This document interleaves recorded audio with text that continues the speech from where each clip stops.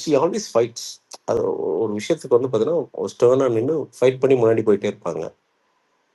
நான் அத வந்து சௌந்தர்யா அப்படின்னு சொல்லல. பட் அந்த மாரி இது இது வந்து அதோட அதோட மினி வெர்ஷன் அப்படின்னு சொல்லலாம். ஒரு ஒரு ஒரு எப்படி ஒரு சாம்பிள் ஒரு சின்ன ஒரு மினி வெர்ஷன் அப்படின்னு சொல்லலாம். ஷீ இஸ் ஃபைட்டிங் அண்ட் நிறைய நெகட்டிவா பாசிட்டிவா மாத்திட்டாங்க. அது ஒரு சம விஷயம். நிறைய நெகட்டிவா வந்து பாசிட்டிவா மாத்திட்டாங்க. எனக்கு வந்து பர்சனலா நான் கிரவுண்ட் லெவல்ல வந்து கேட்கும்போது நிறைய பேருக்கு அவங்கள பிடிச்சிருக்கு. அண்ட் இன்னொரு ரொம்ப இது வந்து நான் டு பி ரொம்ப கிளியரா சொல்லிக்கிறேன். இந்த ஓட் கேம்லயோ அந்த மேனிப்புலேஷன் கேம்லாம் நான் கிடையாது. அப்பா இறந்துட்டாங்க. நான் 25 டேஸ் நான் இதுக்குள்ளேயே கிடையாது. அண்ட் நான் பிக் பாஸ் பெருசா பார்க்கறது கூட கிடையாது. நான் என்ன ஜென்ரலா பார்க்கறேனோ அதுலேருந்து நான் சொல்றேன். ஸோ இதுல வந்து எனக்கு ஒரு லாபம், நஷ்டம், ஒரு வெங்காயம் கிடையாது எனக்கு. ஸோ என்ன நிஜம் and I just see this as a TV show அவ்வளோதான். அதுக்கு மேல நான் பெருசா ஒன்றும் பார்க்கறது இல்லை. பட் உங்களை ஆல்ரெடி பிஆர் லிஸ்ட்ல ஏத்திருப்பாங்க ப்ரோ. இல்லை, நான் தெளிவா ஒன்று சொல்றேன். ஒருத்தனுக்கு வந்து பிஆர் பண்ற அளவுக்கு தகுதி இருந்தாதான் பிஆரே பண்ண முடியும். உங்களுக்கு புரியுதுங்களா? நீங்க பவர் ஸ்டாரை வந்து சூப்பர் ஸ்டார்னு சொல்லி பிஆர் பண்ணீங்கன்னு வச்சுக்கோங்களேன், காரி துப்பிடுவானுங்க. நீங்க உங்களுக்கு புரியுதுங்களா? ரொம்ப சிம்பிள். உங்களுக்கு புரியுதுங்களா?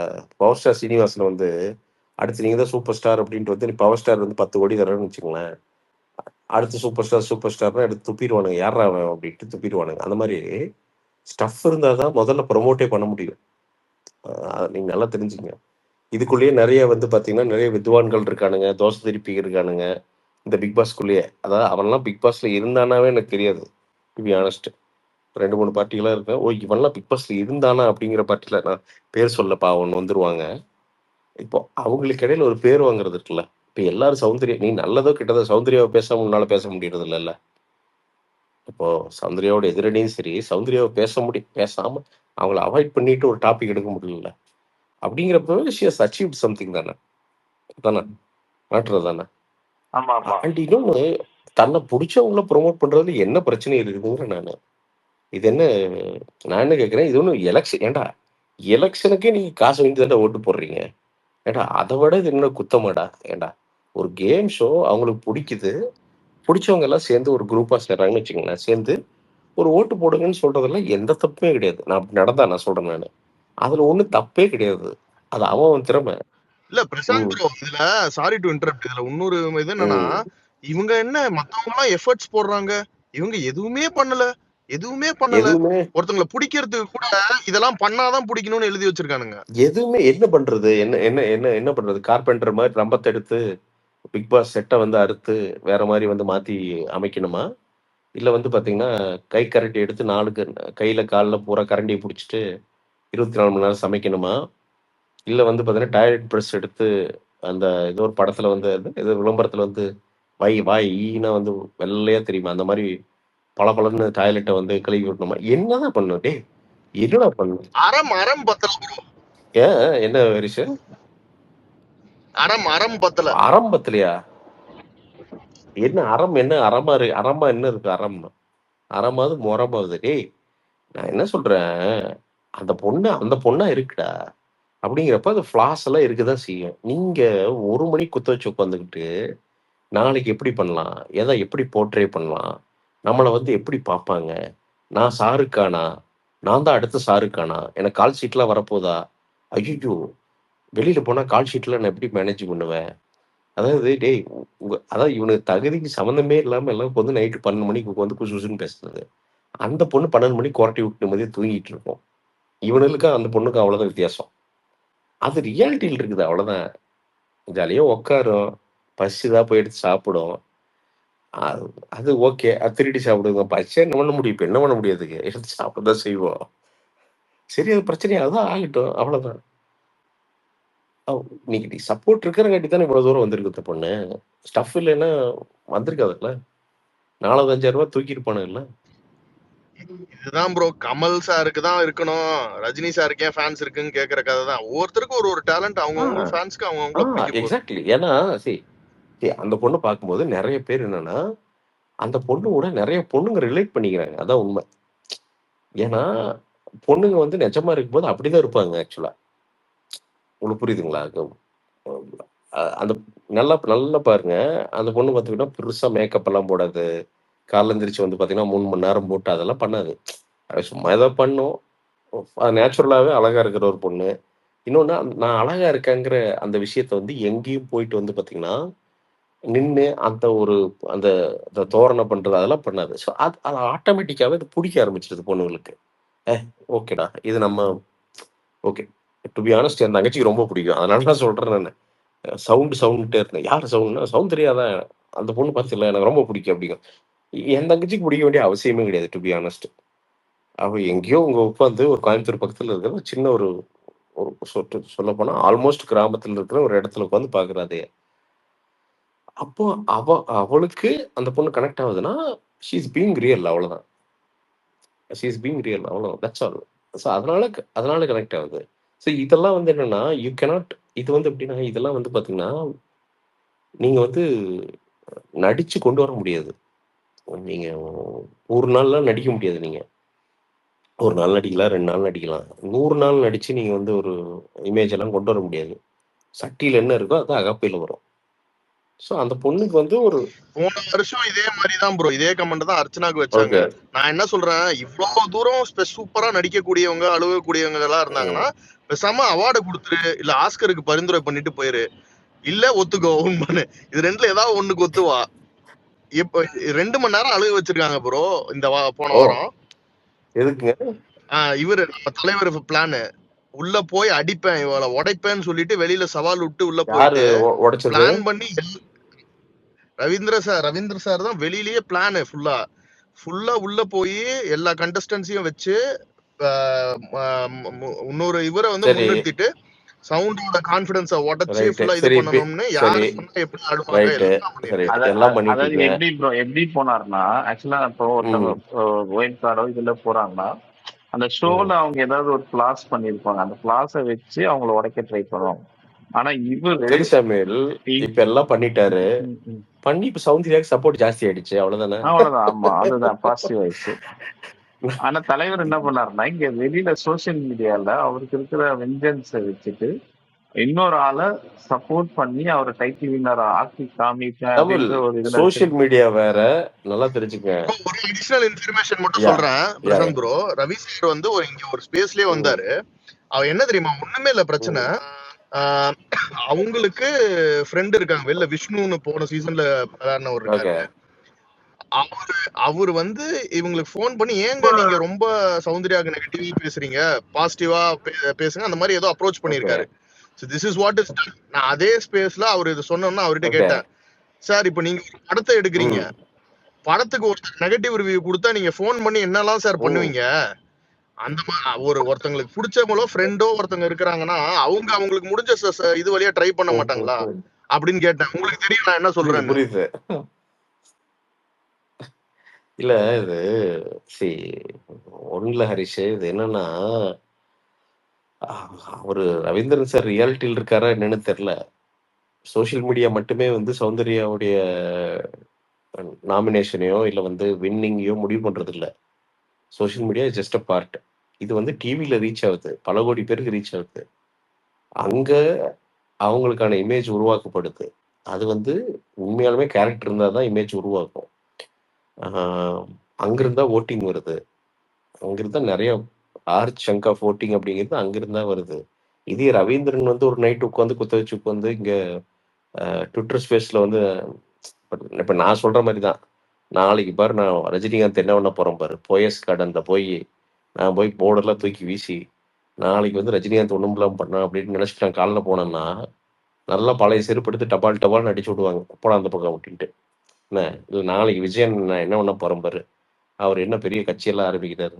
நான் ஒண்ணும் இல்லாம இந்த இது வந்து வெட்டி சவால் இது. அண்ட் இன்னொன்னு டு பி ஹானஸ்ட் என்னன்னா, see you have been invited in again. Okay. அது என்னன்னா ஒரு கர்ட்டசில உன்னை கூப்பிடுறாங்க. To spice things up. எதுக்கு கூப்பிடுறாங்க அப்படின்னா, அந்த 6 பேர் தான் ஆட்டத்தின் கதாநாயகர்கள். சரியா?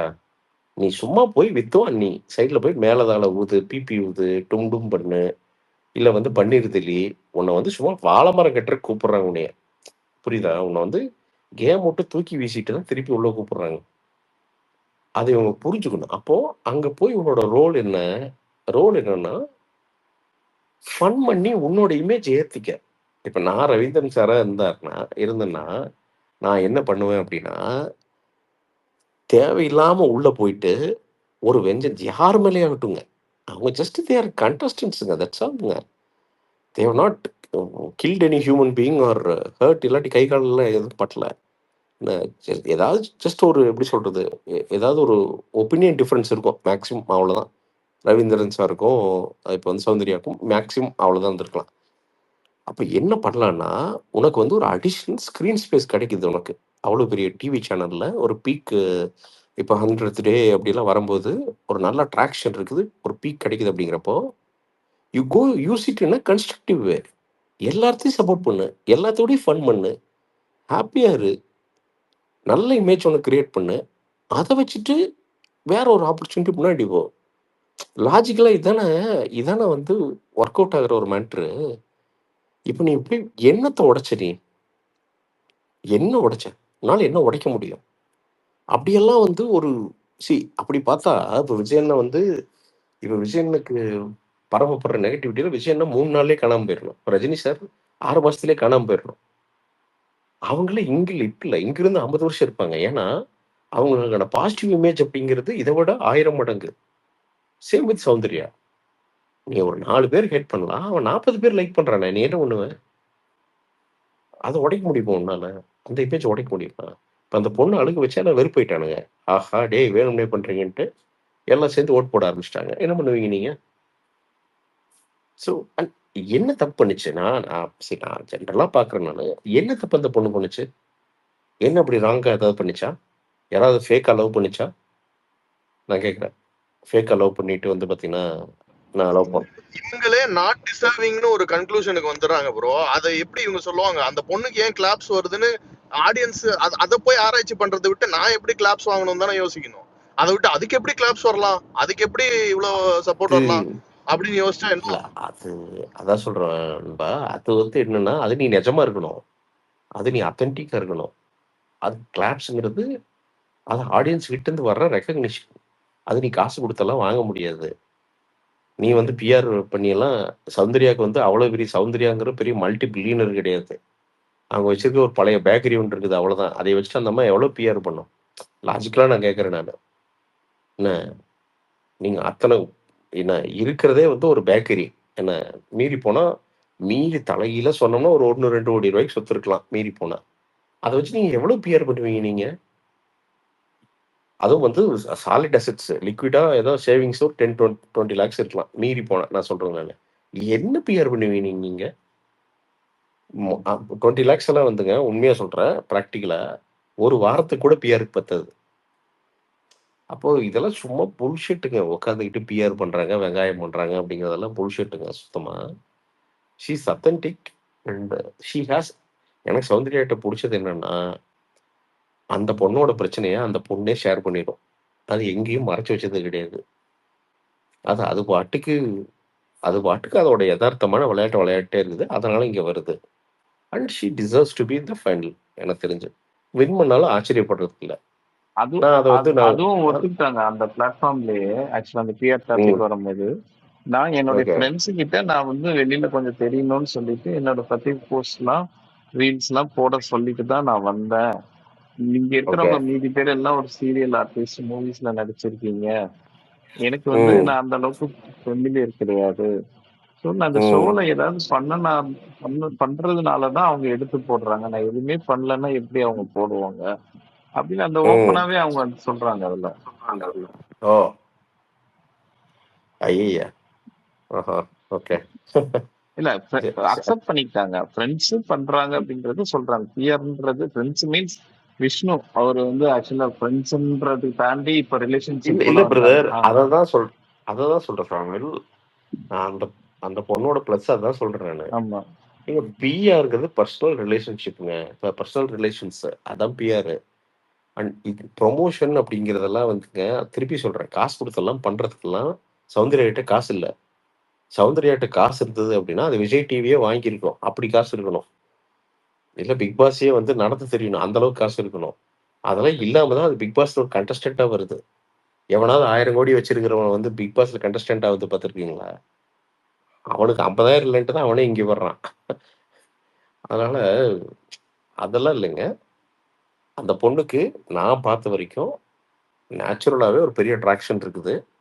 அது ஃபர்ஸ்ட்டு வந்து எப்படின்னா, ஃபர்ஸ்ட்டு ஒரு ஃபியூ வீக்ஸ் எதுக்குன்னா, அந்த பொண்ணு வெள்ளையா இருக்கு. அந்த பொண்ணு வந்து நல்லா உட்காந்துருக்கு. அந்த பொண்ணு வந்து பாடுது. இதுக்கெல்லாம் இருந்துச்சு. பட் ஒரு 1 மாசம், 2 மாசம் ஆகுறதுக்கப்புறம், அந்த பொண்ணோட கேரக்டர்ல நெறைய பேர் வந்து ரிலேட் பண்ணிக்க ஆரம்பிச்சாங்க. ஏன்னா, அந்த பொண்ணு வந்து கொஞ்சம் கரெக்ட்டா நெறைய இடத்துல கேள்வி கேட்கிற இடத்துல கேட்டுச்சு. கம்முனு இருக்கிற இடத்துல கம்முனு இருந்தது. இதுல ரிலேட் பண்ணிக்கிட்டு தான் அந்த பொண்ணுக்கு வந்து பெரிய ஃபேன் பேஸ் உருவாச்சு. வெறும் வந்து ஒரு ஜஸ்ட் எம்ப்டி பியூட்டிக்காண்டி வந்து அந்த பொண்ணுக்கு வந்து யாருமே பின்தொடரல. அண்ட் இன்னொன்னு ஃபார்முலா வந்து ஃபார்முலாவால எல்லாரும் விளையாட முடியாது. அண்ட் இன்னொன்னு ஃபார்முலாவா யாரு விளையாடலையோ, அவங்க தான் வந்து பார்த்தீங்கன்னா, பிக் பாஸ்க்கு வெளியில வந்து ஷைன் ஆயிருக்காங்க. ஃபார்முலாவா யோசிச்சு விளையாண்டவன் பூரா வந்து பார்த்தீங்கன்னா, அப்ப கப்ப தூக்கிருவான். வெளியில வந்து சும்மா உட்காந்துருப்பானுங்க. ஸோ அந்த பொண்ணு ஃபார்முலாக்குள்ள சிக்காம, அதுக்கு என்ன பிடிக்குதோ அத பண்ணுது. அதனால தான் பிக் பாஸ்க்கு புடிச்சு, மக்களுக்கு புடிச்சு அங்க வச்சிருக்காங்க. That's all.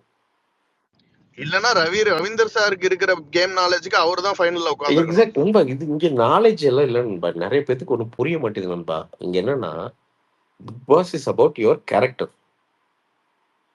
உன்னோட கேரக்டர 24 மணி நேரம் அனலைஸ் பண்றதுக்கு ஒரு மிகப்பெரிய கூட்டத்துக்கிட்ட ஃபுட்டேஜ் தந்துடுறாங்க. அவங்க 24 மணி நேரம் அனலைஸ் பண்ணிட்டே இருக்கிறாங்க. ஒவ்வொரு ஆங்கிள்ல இருந்தும் அந்த கூட்டம் வந்து உங்க கேரக்டர் அனலைஸ் பண்ணுது. அந்த கேரக்டர்ல எவன் பெட்டரோ, பெஸ்ட்டா கூட இல்ல. எவன் பெட்டரோ அவன் வந்து பார்த்தீங்கன்னா, முன்னாடி போயிட்டே இருக்கான். That's all. நீ எடுத்து பாரு இவ்வளவுதான். இதுதான். It comes down to this. So உனக்கு வந்து பெரிய அறிவு, நீ வந்து கால்குலேஷன் நீங்க சொன்ன மாரி தான். ஃபேட்மேன் வந்து அப்ப இதுவரைக்கும் இருந்திருக்கணும். ஆஹா! நீ ரொம்ப விவரமா இருக்கான்ல, அவன பிக் பாஸ் தூக்கி வீசிடும். ம். ரொம்ப கால்குலேட் பண்ணி ஃபேம் எல்லாம் வந்து பார்த்தீங்கன்னா, அப்படியே சேர்த்து வைக்கணும். ம். இந்த விஜய் விசால் பண்றான், அவன்லாம் பண்றான். அவன மோசம்னு சொல்லல. விஜய் நான் அகைன் தெளிவா சொல்றேன். நான் எந்த கண்டஸ்ட்டையும் இவன் வந்து பயங்கர மோசம் அப்படின்னு நான் வரவே இல்ல. என்னோட வேலையும் அது கிடையாது. பட் சில பேர் நம்ம பார்க்குறோம். ரொம்ப கால்குலேட்டிவா விளையாடி நம்ம பார்க்குறோம். அவங்க மேபி இப்ப ஷைன் ஆகுற மாரி தெரியும். பட் வெளில வந்தா ஒரு ரிசல்ட்டுமே இருக்காது. ஏன்னா மக்களோட அபிமானம் வந்து அவளுக்கு வரவே வராது. அது வரவே வராது. ஸோ பட் எனக்கு தெரிஞ்சு சௌந்தர்யாலாம் வெளில வரப்போ, மக்களோட சப்போர்ட்டோட வெளில வருவாங்க. அதுதான் பெரிய ப்ளஸ்ஸா இருக்கும். ம்.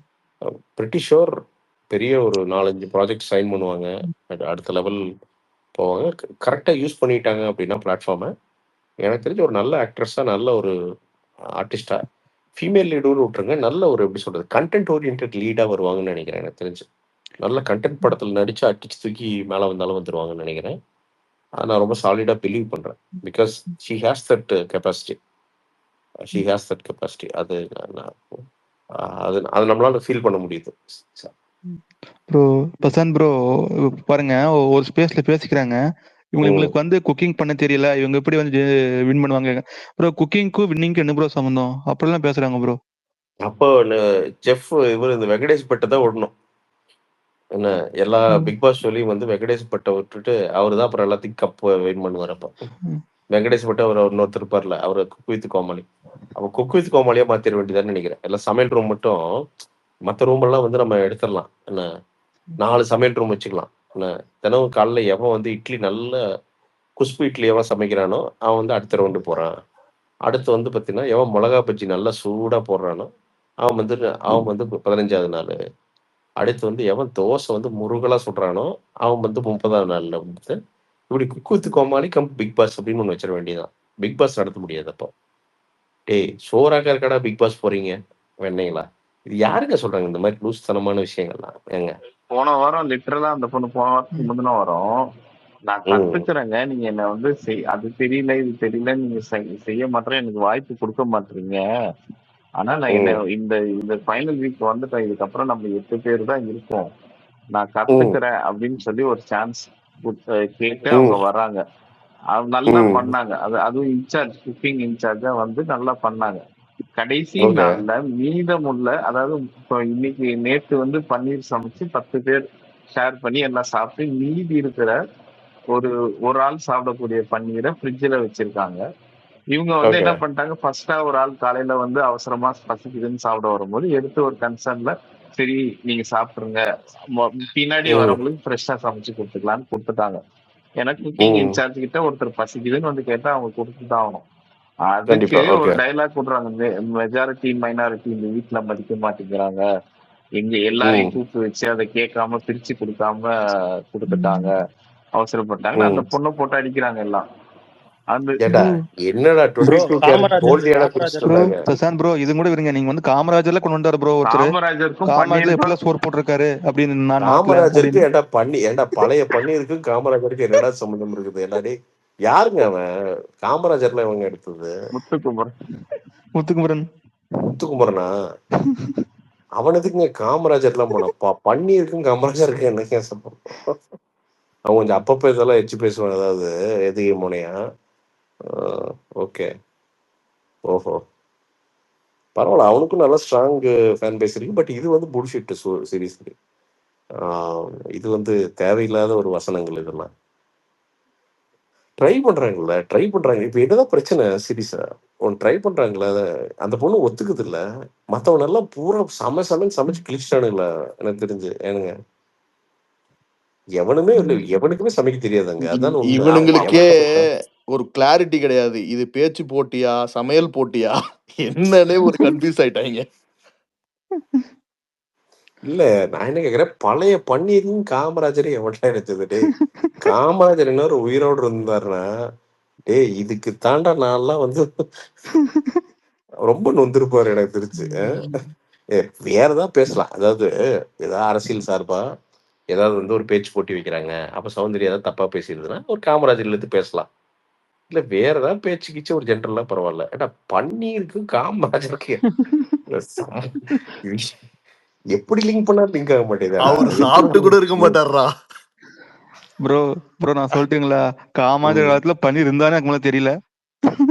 அததாங்க காமராஜர் நேர்மை. ஏங்க அது என்னங்க, பன்னீர் பச்சம் எடுத்து சாப்பிட்றான் இருக்கு அந்த பொண்ணு முதல்ல இருந்தே அப்படித்தான் இருக்குது. அது பசினா போய் சாப்பிடும், இல்ல எவனாவது பசிக்குதுன்னு சொன்னானா ஏதாவது இட்டு வரும். அது ரூல்ஸ் எல்லாம் கண்டுக்காது. அது பசிக்குதா போய் சாப்பிடுங்கணும், அவ்வளவுதான். இது என்னங்க இருக்குது? இது என்னங்க காமராஜர் கக்கனு ராஜாஜின்ட்டு என்னங்க அது? சி ரொம்ப பேடுங்க அது. சத்தியமா சொல்றேன். இன்னொரு பிரசாந்த், இன்னொரு ஒண்ணு, இவங்க எல்லாரும் குக்கிங் பண்ணாங்க. பட் சௌந்தர்யா குக்கிங் பண்ணும்போது மட்டும் லைவ்ல 20,000 பேர் பார்த்துட்டு இருந்தது. அந்த ஒரு 2 மணி நேரம் 1,00,000 பேர் பார்த்தாங்க சௌந்தர்யா குக்கிங் பண்ண அந்த ஒரு டாஸ்க். நான் எல்லாம் நம்ம பாய்ஸ் தான்.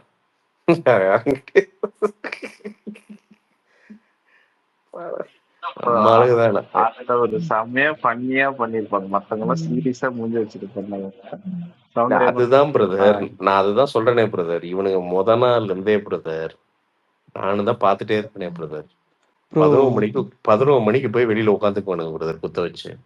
ஏதோ பெரிய இந்தியா பாகிஸ்தான் பார்டர்ல இருக்கிற மாதிரியுமே, இவனுதான் சியாச்சான் கிளேசியர் பிடிக்கிற மாதிரியுமே பேசிட்டு இருப்பானுங்க. பாத்தீங்கன்னா இந்த அதாவது 2 நாள் தான் இருக்கும், அதுலயே வந்து பாத்தீங்கன்னா 1 வாரத்துக்கு ஸ்ட்ராட்டஜி போட்டு இருந்தானுங்க.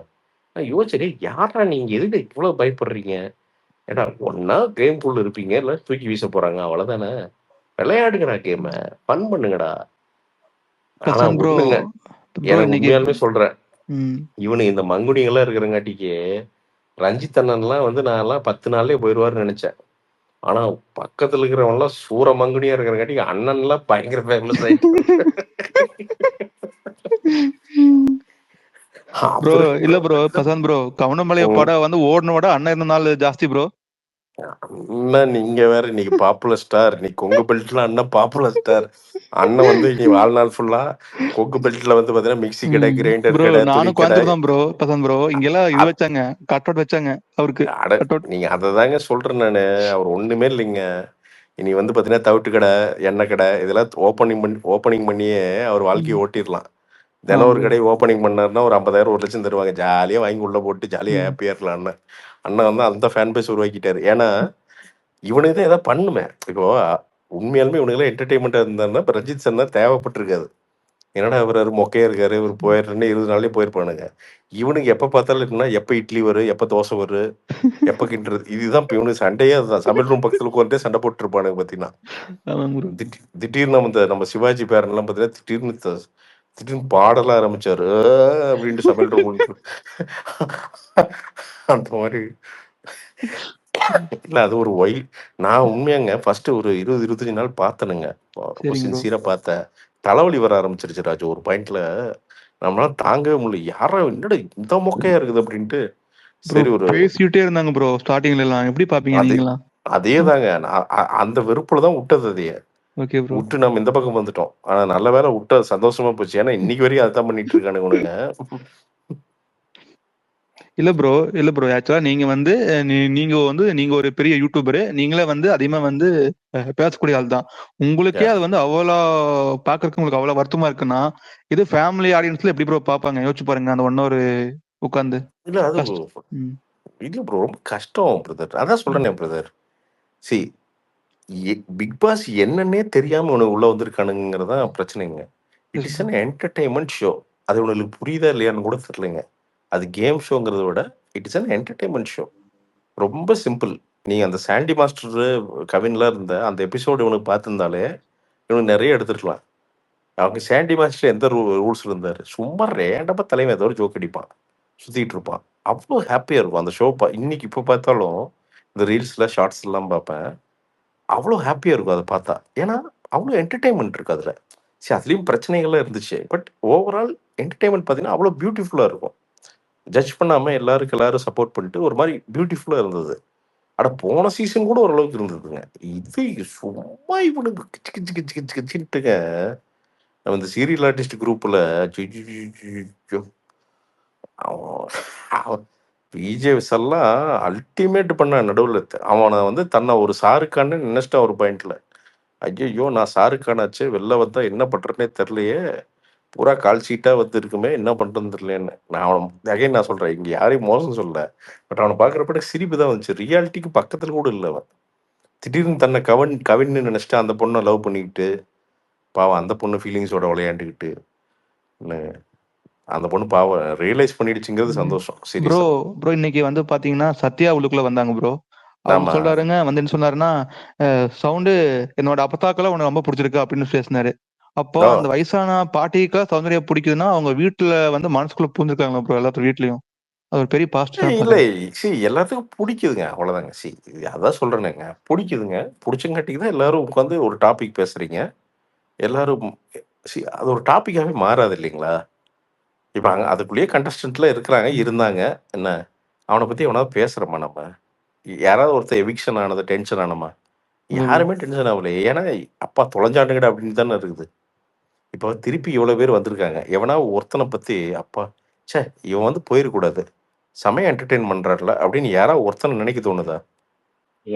இவனுக்கு எப்படா சீரியஸ்லி எப்படா இவனுக்கு வெளில போவானுங்க, 6 பேர் விளையாடுவாங்க அப்படிங்கறதானே தோணுது. ஏன்னா அந்த அளவுக்கு பேடா இருக்கானுங்க.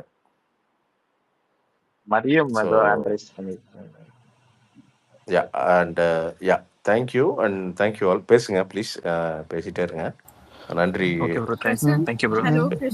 Thank you bro. மரியம் சொல்லுங்க. மரியம் சொல்லுங்க. நான் ஃபர்ஸ்ட் ஒரு தேங்க்ஸ் சொல்லணும் உங்களுக்கு. நான் கும்பகோணம் தான். நீங்க மெய்யழகன் வந்தப்போ கும்பகோணம் தஞ்சாவூர் பத்தி ஒரு வாய்ஸ் ஓவர் போட்டிருக்கேன். அந்த ஒரு யூடியூப்ல ஒரு ஷார்ட்ஸ் போட்டிருப்பீங்க. அந்த வாய்ஸ் ஓவருக்கு ரொம்ப தேங்க்ஸ். ஏன்னா அது இப்போ கும்பகோணமோட இன்ஸ்டாகிராம் பேஜஸ்லாம் அந்த வாய்ஸ் ஓவர் ட்ரெண்ட் இருக்கு. அதுக்கு ரொம்ப தேங்க்ஸ். அப்புறம் எனக்கு ஒரு கொஸ்டின், உங்களோட வியூ என்ன அப்படிங்கறது தெரிஞ்சுக்கணும்னு நினைக்கிறேன். ஆக்சுவலா பிக் பாஸ்ங்கிறது ஒரு ரியாலிட்டி ஷோ. அந்த ரியாலிட்டி ஷோல வர்ற கண்டஸ்டன்ட் மக்களை ஈர்க்கணும். ஏதோ ஒரு வகையில நல்ல விதத்துல மக்களை ஈர்க்கணும். நாங்க சௌந்தர்யா அதை செய்யறாங்கன்னு பாக்குறோம். ஆனா அவங்க ஈர்க்கிற விஷயத்த அப்படியே இன்வாலிடேட் பண்றாங்கல்ல. கியூட்டு, அவங்க ரியாக்ஷன்ஸ் அப்படின்ட்டு இன்வாலிடேட் பண்றதை நீங்க எப்படி பாக்குறீங்கன்னு தெரிஞ்சுக்கணும்னு நினைக்கிறேன். இல்ல நீ ஏன்னா பேசுறது, பாயிண்ட்ஸ் எடுத்து வைக்கிறது, தமிழ் பேசுறது, ஒரு ஒரு அவங்களுக்கு ஒரு டாஸ்க் வருதுன்னா அதை அண்டர்ஸ்டாண்ட் பண்ணிக்கிட்டு அதுக்கு ஒரு எக்ஸ்பிளனேஷன் கொடுக்கறது தான் இங்க பல பேர் வந்து கேமா பாக்குறாங்க. இப்ப ராஜு பிரதர் கூட சொன்னாங்களா இன்னொரு ஸ்பேஸ்ல பேசிட்டு இருக்காங்கன்னு, அந்த மாதிரி ஒரு வியூல பாக்குறாங்க. ஆனா நாங்க என்ன பாக்குறோம், சௌந்தர்யா வந்து ஈஸியா ஒரு ஒரு ஆக்டர்ஸ்க்கு அதான வேணும். அதுதான்மா இப்ப என்ன இங்க பிரச்சனை என்னன்னாமா, நீ ஒரு செட் ஆஃப் ஆடியன்ஸோ இல்ல ஒரு செட் ஆஃப் கண்டஸ்டன்ட்டோ ஒரு கண்டஸ்டன்ட் எப்படி நடந்துக்கணும்னோ இல்ல ஆடியன்ஸ் எப்படி நடந்துக்கணும்னோ முடிவு பண்ண முடியாது. இப்போ ஒரு செட் ஆஃப் கண்டஸ்டன்ட், இப்போ முத்து ஃபார் எக்ஸாம்பிள் எடுத்துக்கோங்களேன், போய் பயங்கர கேம் மோட்ல போய் பயங்கரமா பிளான் பண்ணி அப்படியே விளையாடுறான்னா, முத்து மாதிரியே எல்லாரும் இருந்துட்டாங்கன்னா அப்போ அங்கே எல்லாம் என்ன முத்து குளோன் மாதிரி எந்திரன் பட கிளைமேக்ஸ் மாதிரி தான் இருக்கும். அது என்ன எல்லா முத்து மாதிரியே சுற்றிட்டு இருப்பாங்க. அப்படி கிடையாது. பிக் பாஸோட பியூட்டியே ஒவ்வொருத்தனோட டேலண்ட்டை தன்னோட கேரக்டர் எக்ஸ்போஸ் பண்ணி அதில் யார் வின் பண்ணுறாங்கிறது தான் பிக் பாஸோட பியூட்டியே. அப்படிங்கிறப்ப எல்லாரும் முத்து மாதிரி இருக்க வேண்டிய அவசியம் கிடையாது, அண்டு எல்லாரும் விஷால் மாதிரி இருக்க வேண்டியதில்லை. ஒவ்வொருத்தருக்கும் ஒரு கேரக்டர். ஸோ ஒருத்தன் வந்து ஹார்டாக ப்ளே பண்ணுறான்னா, இப்போ ஒரு விஷால் வந்து ஹீரோவாக இருக்காருன்னா அங்கே ஒரு சந்தானம்னா தேவை. ஏன் சந்தானம்னா விஷால் மாதிரி ஃபைட் பண்ணலன்னு நம்ம கேட்க முடியாது இல்லையா? ஏன்னா அந்தந்த ரோலுக்கு அவங்கவுங்க பொருந்துவாங்க. ஸோ சௌந்தர்யாங்கிற ஒரு கேரக்டர் என்னன்னா ஒரு ஃபன்னான ஜாலியான ஒரு கேரக்டரு. இப்போ அவங்க க்யூட்டாக இருக்காங்கன்னா அதை என்ஜாய் பண்ணுறதுல என்ன தப்பு இருக்கு? நீங்கள் சௌந்தர்யா வந்து இன்னொருத்தனை ஹர்ட் பண்ணியோ இல்லை இன்னொருத்தனை வந்து பேக் ஸ்டாப் பண்ணுறப்போ அதை என்ஜாய் பண்ணாதான் தப்பு. அவங்க க்யூட்டாக ஒன்று பண்ணுறாங்க, இல்லை அவங்க ஒரு க்யூட்டாவோ இல்லை வந்து ஜாலியாக உட்காந்து ஃபன் பண்ணுறாங்கன்னா அதை என்ஜாய் பண்ணுறதுல என்ன பிரச்சனைங்கிறேன் நான். அப்போது பிக் பாஸ் ஆடியன்ஸும் இதை தான் என்ஜாய் பண்ணணும், இதை என்ஜாய் பண்ணக்கூடாது அப்படின்னு ஏதாவது ரூல்ஸ் இருக்குதா என்ன? அப்போ வந்து கேம் பயங்கரமாக அப்படி சுற்றி புழிஞ்சு அப்படியே விளையாண்டா மட்டும்தான் அவங்கள பார்க்கணுன்னு ஏதாவது இருக்குதா என்ன? அப்படியெல்லாம் கிடையாது. இல்லை, அது ஒரு செட் ஆஃப் ஆடியன்ஸோட மைண்ட் செட். அது விளையாண்டா பார்க்கணுன்னு. நீங்கள் விளையாடுறேன்னு சொல்லிட்டு என்ன பண்ணுறீங்க, டாக்ஸிக் தானே ஆக்குறீங்க அதையா? இப்போ விளையாடுறேன்னு சொல்றவன எல்லாருமே தீவிரமா விளையாடுறேன் அப்படின்னு சொல்றாங்கல்ல, இவங்க எல்லாம் என்ன பண்றாங்க, ஓவர் திங்க் பண்ணி 10 நிமிஷம் படிச்சுட்டு அதை எக்ஸ்பிளனேஷன் ஒரு அரை மணி நேரம் கொடுக்குறாங்க.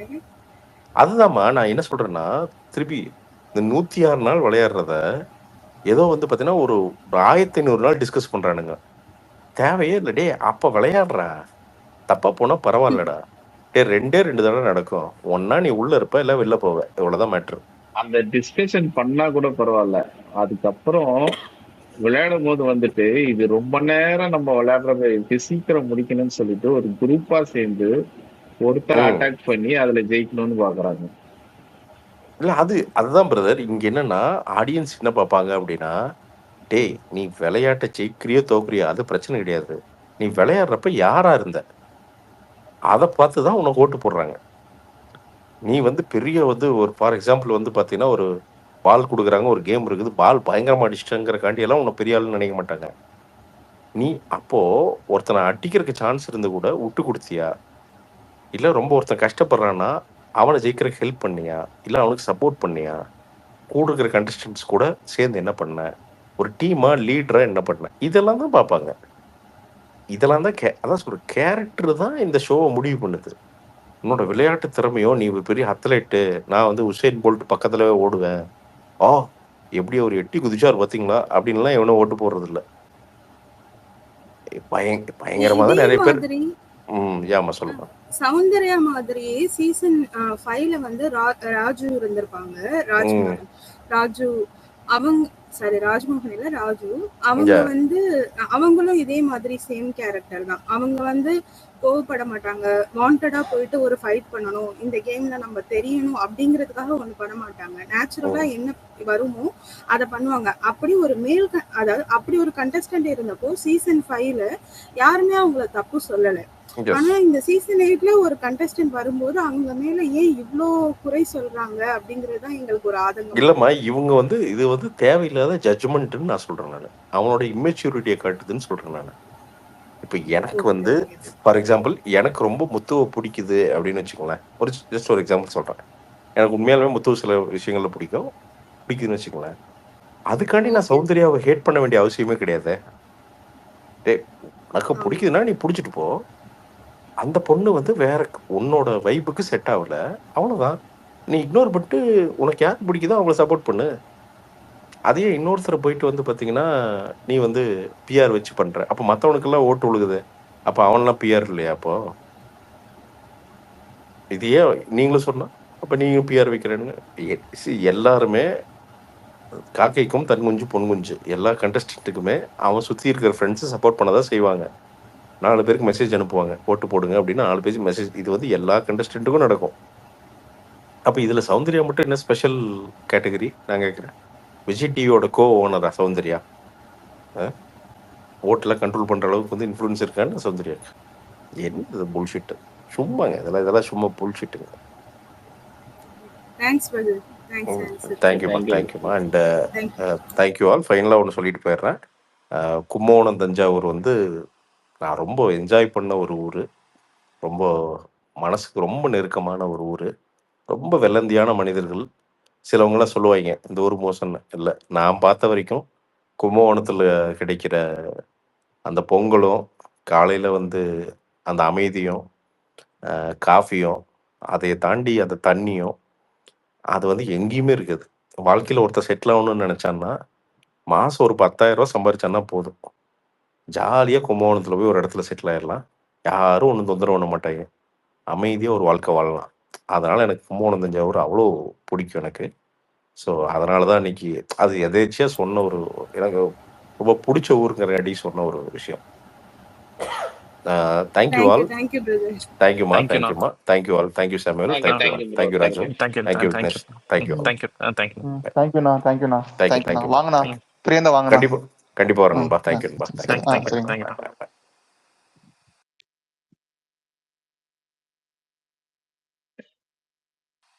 பேசுங்க. ஆமா. ஆக்சுவலா இப்ப ஹாட் ஸ்டார்ல 12 மணிக்கு மேல ஒரு ஓட்டிங் வந்திருக்கும்னு எனக்கு போட்டாச்சுங்களா? ஓகே போட்டாச்சு 10 கால் பண்ணியாச்சு. Okay okay. நீங்க போட்டீங்க, மத்தவங்களும் கொஞ்சம் போட்டுருங்க.